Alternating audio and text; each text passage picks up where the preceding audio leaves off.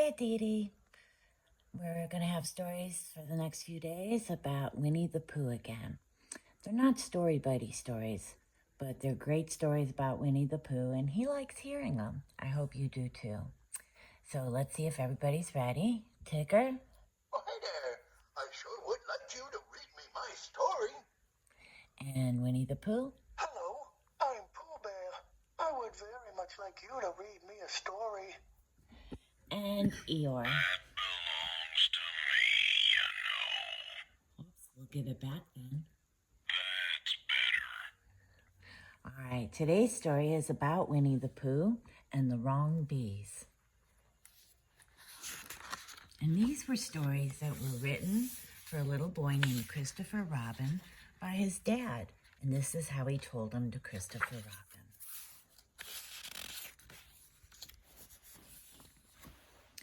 Here is Edward Bear coming downstairs now, bump, bump, bump, on the back of his head behind Christopher Robin. It is, as far as he knows, the only way of coming downstairs. But sometimes he feels that there really is another way, if only he could stop bumping for a moment and think of it. And then he feels that perhaps there isn't. Anyway, here he is at the bottom and ready to be introduced to you, Winnie the Pooh. When I first heard his name, I said, just as you are going to say, but I thought he was a boy. So did I, said Christopher Robin. Well, then you can't call him Winnie. I don't. But you said he's Winnie the Pooh. Don't you know what the means?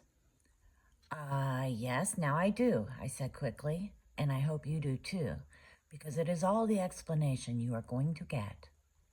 Sometimes Winnie the Pooh likes a game of some sort when he comes downstairs, and sometimes he likes to sit quietly in front of the fire and listen to a story. This evening, what about a story? Said Christopher Robin. What about a story? I said. Could you very sweetly tell Winnie the Pooh one? I suppose I could, I said. What sort of stories does he like?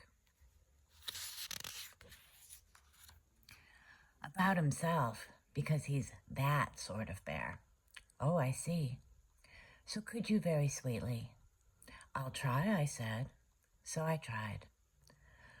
Once upon a time, a very long time ago now, about last Friday, Winnie the Pooh lived in a forest all by himself under the name of Sanders.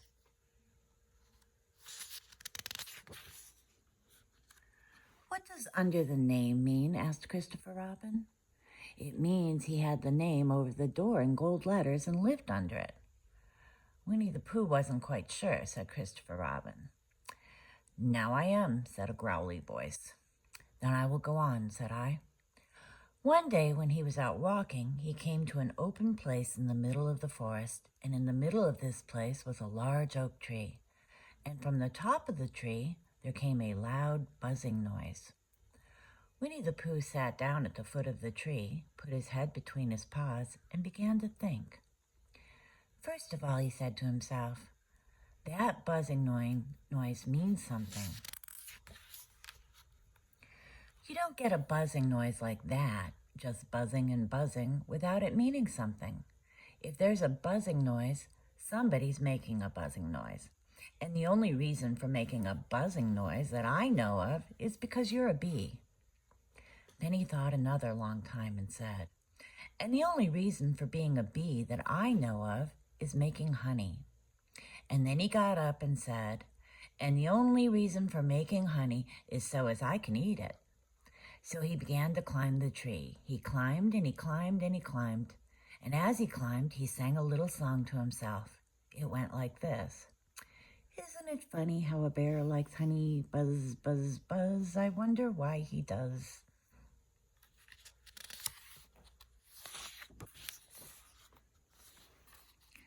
Then he climbed a little further, and a little further, and then just a little further. By that time he had thought of another song. It's a very funny thought that if bears were bees, they'd build their nests at the bottoms of trees, and that being so, if the bees were bears, we shouldn't have to climb up all these stairs. He was getting rather tired by this time, so that is why he sang a complaining song. He was nearly there now, and if he just stood on that branch, crack! Oh, help, said Pooh as he dropped 10 feet to the branch. Ta-ta for now. As he dropped 10 feet to the branch below him. If only I hadn't, he said. Goodbye. If only I hadn't, he said, as he bounced 20 feet onto the next branch. You see, what I meant to do, he explained as he turned head over heels and crashed onto another branch 30 feet below. What I meant to do. Of course, it was rather, he admitted as he slithered very quickly through the next 6 branches. It all comes, I suppose, he decided as he said goodbye to the last branch, spun round 3 times, and flew gracefully into a gorse bush. It all comes of liking honey so much. Oh, help. He crawled out of the gorse bush, brushed the prickles from his nose, and began to think again. And the first person he thought of was Christopher Robin. Was that me? Said Christopher Robin in an odd voice, hardly daring to believe it. That was you. Christopher Robin said nothing, but his eyes got larger and larger, and his face got pinker and pinker. So Winnie the Pooh went round to his friend Christopher Robin, who lived behind a green door in another part of the forest.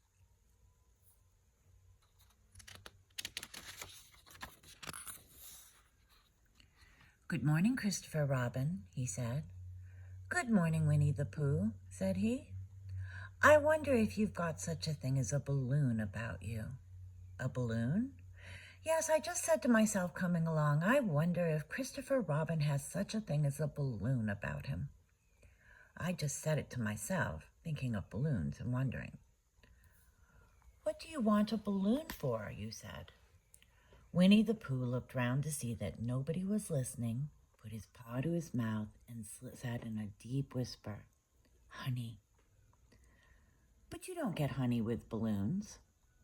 I do, said Pooh. Well, it just happened that you had been to a party the day before at the house of your friend Piglet, and you had balloons at the party.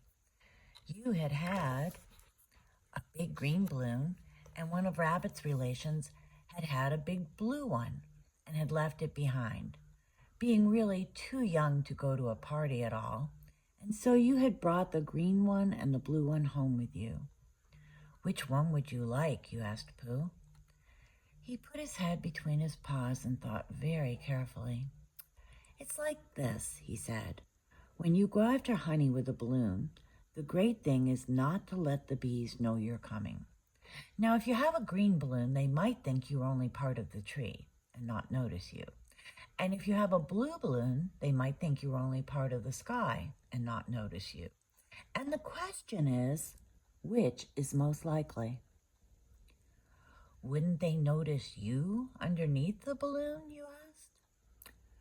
They might or they might not, said Winnie the Pooh.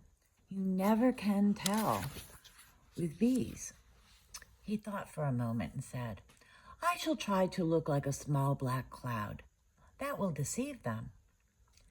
Then you had better have the blue balloon, you said, and so it was decided. Well, you both went out with the blue balloon, and you took your gun with you, just in case, as you always did. And Winnie the Pooh went to a very muddy place that he knew of, and rolled until he was black all over.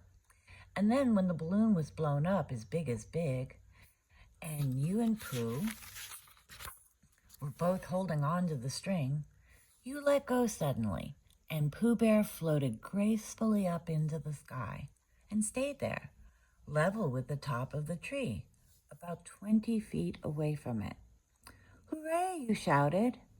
Isn't that fine, shouted Winnie the Pooh down to you. What do I look like? You look like a bear holding on to a balloon, you said.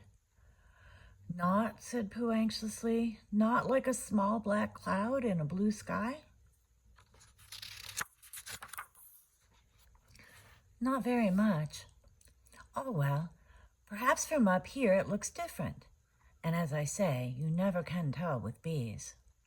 There was no wind to blow him nearer to the tree, so there he stayed. He could see the honey, he could smell the honey, but he couldn't quite reach the honey. After a while, he called down to you. "Christopher Robin," he said in a loud whisper. "Hello. I think the bees suspect something." "What sort of thing?" "I don't know, but something tells me that they're suspicious. Perhaps they think that you're after their honey. It may be that. You never can tell with bees." There was another little silence, and then he called down to you again. "Christopher Robin." "Yes." "Have you an umbrella in your house?" "I think so." "I wish you would bring it out here and walk up and down with it and look up at me every now and then and say, 'Tut, tut, it looks like rain.' I think if you did that, it would help the deception which we are practicing on these bees." Well, you laughed to yourself, silly old bear. But you didn't say it aloud because you were so fond of him, and you went home for your umbrella. "Ah, there you are," called down Winnie the Pooh, as soon as you got back to the tree. "I was beginning to get anxious. I have discovered that the bees are now definitely suspicious." "Shall I put my umbrella up?" you said. "Yes, but wait a minute. We must be practical. The important bee to deceive is the queen bee. Can you see which is the queen bee from down there?" "No." "A pity. Well, now, if you walk up and down with your umbrella, sing, 'Tut, tut, it looks like rain,' I shall do what I can by singing a little cloud song, such as a cloud might sing. Go." So while you walked up and down and wondered if it would rain, Winnie the Pooh sang this song. "How sweet to be a cloud floating in the blue. Every little cloud always sings aloud. How sweet to be a cloud floating in the blue. It makes him very proud to be a little cloud." The bees were still buzzing as suspiciously as ever. Some of them indeed left their nests and flew all round the cloud as it began the second verse of this song, and one bee sat down on the nose of the cloud for a moment, and then got up again. "Christopher, ow, Robin," called out the cloud. "Yes." "I have just been thinking, and I have come to a very important decision. These are the wrong sort of bees." "Are they?" "Quite the wrong sort. So I should think they would make the wrong sort of honey, shouldn't you?" "Would they?" "Yes, so I think I shall come down." "How?" asked you. Winnie the Pooh hadn't thought about this. If he let go of the string, he would fall. Bump. And he didn't like the idea of that. So he thought for a long time, and then he said, "Christopher Robin, you must shoot the balloon with your gun. Have you got your gun?" "Of course I have," you said. "But if I do that, it will spoil the balloon," you said. "But if you don't," said Pooh, "I shall have to let go, and that would spoil me." When he put it like this, you saw how it was, and you aimed very carefully at the balloon and fired. "Ow!" said Pooh. "Did I miss?" you asked. "You didn't exactly miss," said Pooh, "but you missed the balloon." "I'm so sorry," you said. And you fired again, and this time you hit the balloon, and the air came slowly out, and Winnie the Pooh floated down to the ground. But his arms were so stiff from holding on to the string of the balloon all that time that they stayed up straight in the air for more than a week. And whenever a fly came and settled on his nose, he had to blow it off. And I think, but I'm not sure, that is why he was always called Pooh.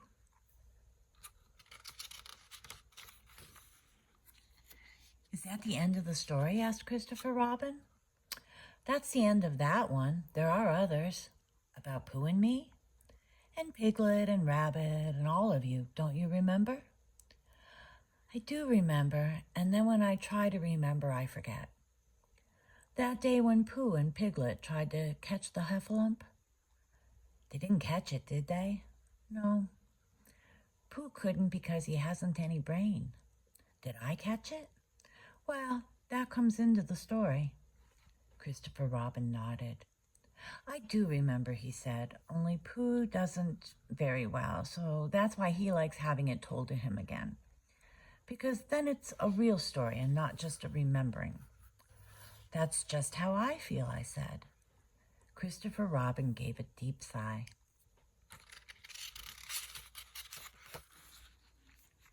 Picked up his bear by the leg and walked off to the door, trailing Pooh behind him.